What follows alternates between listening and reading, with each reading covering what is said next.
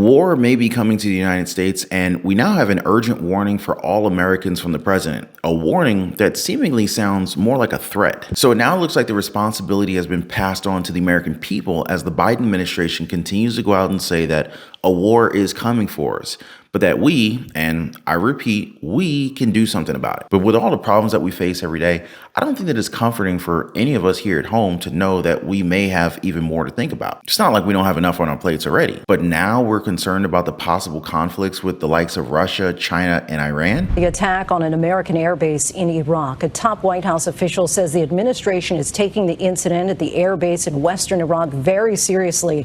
A number of American service personnel are being evaluated for possible traumatic brain injury. ABC's Mary Alice Parks joins us now from the White House. Mary Alice, what are officials saying? Yeah, Lindsay, this was a serious attack against U.S. troops. U.S. Central Command saying that militants backed by Iran fired multiple ballistic missiles and rockets at a joint U.S.-Iraqi base, and that some were intercepted by the base's air defense system, but that some others made it through, and that now, like you said, multiple U.S. military personnel are being evaluated for possible traumatic brain injuries. There have been 140 attacks like this against U.S. troops in the last 3 months. Though this may very well be the worst. And what we are seeing is possibly a widening of the war between Israel and Hamas. So these attacks from the Houthis, they're due to what they say is the Western support for Israel. It's also raising concern from Iraq that their land will now be the future battleground for the United States, for Israel, and for Iran if push comes to shove with these continued back and forth with the Houthi militants. Now, you might be thinking to yourself, well, what can the American people do, Ron? Well, if you ask the White House, there's plenty that you can do. You see, some experts believe that these Iran-backed Houthis are so confident in attacking American troops due to what they call a divided nation, or to put it more bluntly, a divided government. Now, it's also rumored that the war in the Ukraine is playing a very significant role since there seems to be less support for that cause. I mean, look at this. So President Joe Biden's now calling for unity in Congress as he pushes for $60 billion to be sent to the Ukraine in order to help them with their efforts to fight off Russia. Now, I understand, we've sent so much money to them already, but the idea is that if we keep feeding them with funding, then they'll continue to be able to kind of keep Russia at bay. We've actually been warned about not giving away this money. It's like the only thing that's keeping the war from ending is our tax dollars. In fact, President Joe Biden's aides have confirmed that Ukraine would face considerable challenges if we don't provide more aid soon, which in turn hands off the responsibility to the American people to knock on doors, emails, and phone lines of our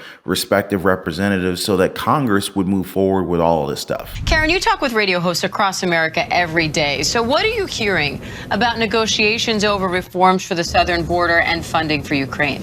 Yeah, the big question this week, Diane, has been why did the president bring congressional leaders down to the White House to talk about Ukraine when the big sticking point on Ukraine funding is, of course, the border negotiations that Jay O'Brien was just talking about there. I was getting asked whether the president was giving lawmakers something new yesterday, something urgent that could change the calculation for any Republicans, make them drop their demands for major border policy changes in exchange for the support for more Ukraine funding. Now, these are Republicans yesterday who came to the White House, many who have said they support more aid for Ukraine, but it has to come with those big border policy changes. The White House yesterday said that meeting was all about Ukraine. That was the president's focus. Afterwards, though, lawmakers said border was certainly a big topic of conversation. And after, the White House said the president is encouraged by the progress in negotiations. He is still really pushing lawmakers to move forward on that Ukraine funding. They say he wants to get it done very swiftly.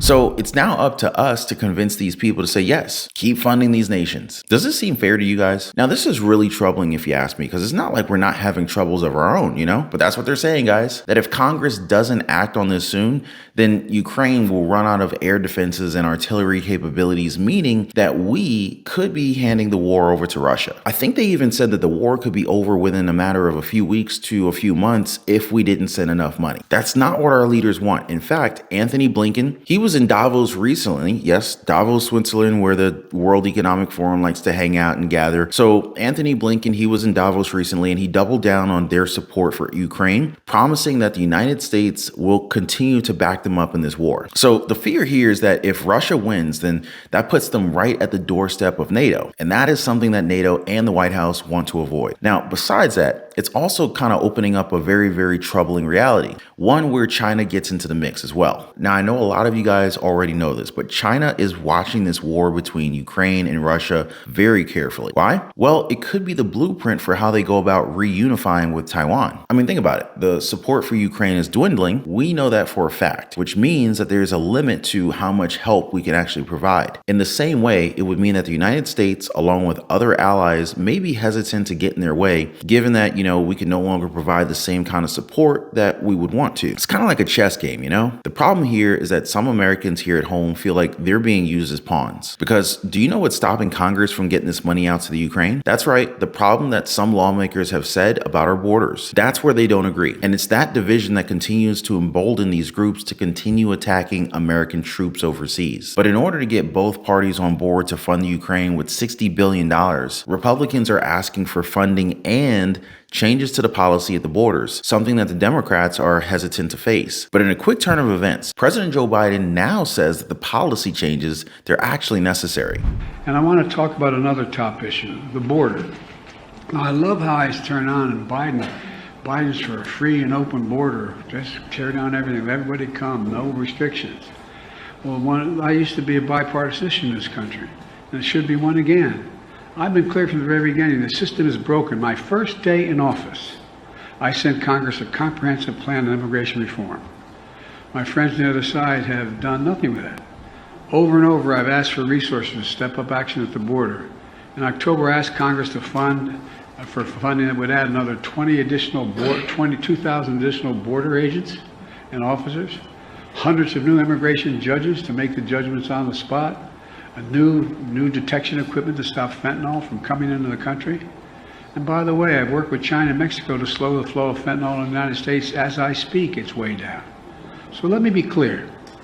My team has been at the table for weeks now with a bipartisan group of senators to negotiate a deal, including border, because I believe we need significant policy changes at the border, including changes in our asylum system to ensure that we have authorities we need to control the border. And I'm ready to act.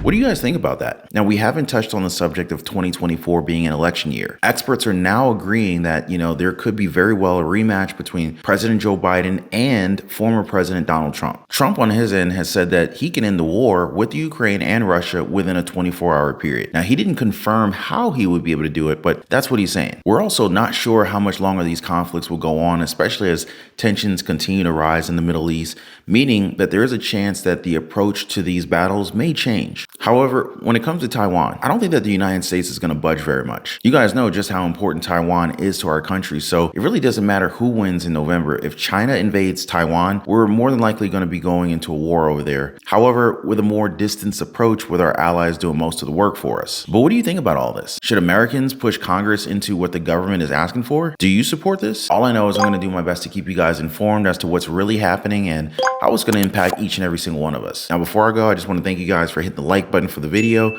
Thanks for subscribing, and I'll see you on the next one.